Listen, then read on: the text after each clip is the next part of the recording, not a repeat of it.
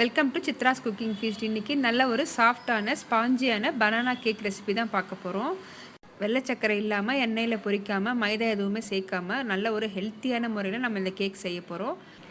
வாங்க இந்த கேக் எப்படி செய்கிறது நம்ம வீடியோக்குள்ளே போய் பார்க்கலாம். வீடியோக்குள்ளே போகிறதுக்கு முன்னாடி சித்ராஸ் குக்கிங் ஃபீஸ்ட் சேனலை சப்ஸ்கிரைப் பண்ணாமல் இருந்தீங்கன்னா கண்டிப்பாக சப்ஸ்கிரைப் பண்ணிவிட்டு பாருங்கள். அதோட வீடியோவை ஸ்கிப் பண்ணாமல் ஃபுல்லாக பாருங்கள். அப்போ தான் என்னென்ன இன்க்ரீடியன்ட்ஸ் நான் சேர்த்துருக்கேன்றது உங்களுக்கு தெரியும். இப்போ வாங்க இந்த கேக் எப்படி செய்கிறதுன்னு நம்ம வீடியோக்குள்ளே போய் பார்க்கலாம். பனானா கேக் செய்கிறதுக்கு தேவையான இன்க்ரீடியன்ட்ஸ் நான் எடுத்து வச்சுருக்கேன். இப்போ ஒரு பவுல் எடுத்துக்கலாம். பவுலில் நம்ம ஃபஸ்ட்டு 2 வாழைப்பழத்தை கட் பண்ணி நம்ம சேர்த்துக்கலாம்.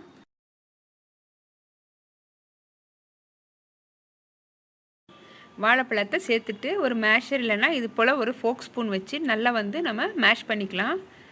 இப்போ இது கூடவே 100 கிராம் அளவுக்கு உருக்குன வெண்ணெய் சேர்த்துக்கிறேன். ஒரு முட்டை சேர்த்துக்கலாம். முட்டை சேர்த்துட்டு நல்லா நம்ம பீட் பண்ணி எடுத்துக்கலாம். 1 நிமிஷத்துக்கு நல்லா பீட் பண்ணிக்கோங்க.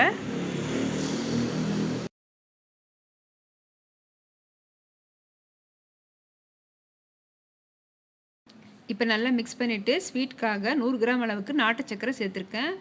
நாட்டு சக்கரைக்கு பதிலாக நீங்கள் வெல்லம் கூட சேர்த்துக்கலாம். வெல்லம் சேர்த்துட்டு நல்லா ஒரு தடவை இது போல் கலந்துக்கோங்க. இப்போ அடுத்தது நம்ம 150 கிராம் அளவுக்கு கோதுமை மாவு சேர்த்துக்கலாம். கோதுமை மாவு சேர்த்துட்டு 1 ஸ்பூன் அளவுக்கு மில்க் பவுடர் சேர்த்துக்கலாம். 1 டீஸ்பூன் அளவுக்கு பேக்கிங் பவுடர் சேர்த்துக்கலாம். 1/4 டீஸ்பூன் அளவுக்கு பேக்கிங் சோடா,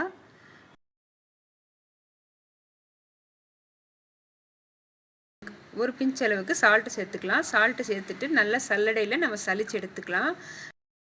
அப்போ தான் நமக்கு கேக் நல்ல ஃப்ளஃபியாக கிடைக்கும்.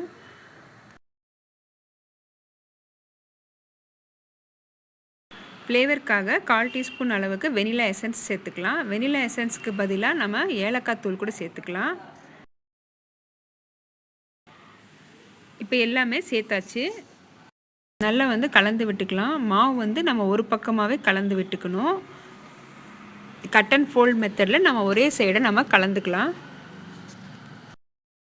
நம்ம இந்த கேக் பேட்டரில் எக்ஸ்ட்ராவாக தண்ணியோ இல்லை பால் எதுவுமே கலக்கலை. நம்ம சேர்த்துருந்த வாழைப்பழமோ நாட்டு சர்க்கரையும் கலந்து நமக்கு இந்த அளவுக்கு கேக் பேட்டர் நல்ல திக்கான கன்சிஸ்டன்சியில் இருக்குது.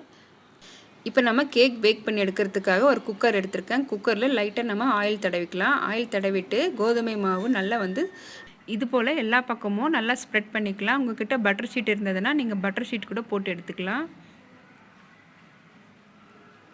இப்போ நம்ம ரெடி பண்ணி வச்சுருந்த கேக் பேட்டரை உள்ளே சேர்த்துடலாம்.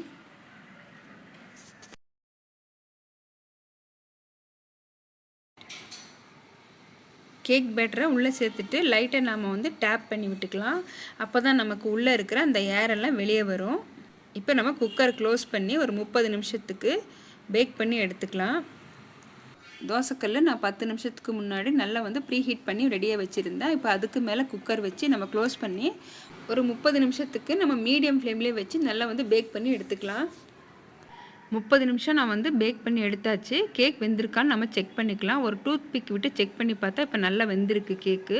இது கொஞ்சம் நேரம் ஆறட்டும். ஆறுனதும் நம்ம டீமோல்ட் பண்ணி எடுத்துக்கலாம்.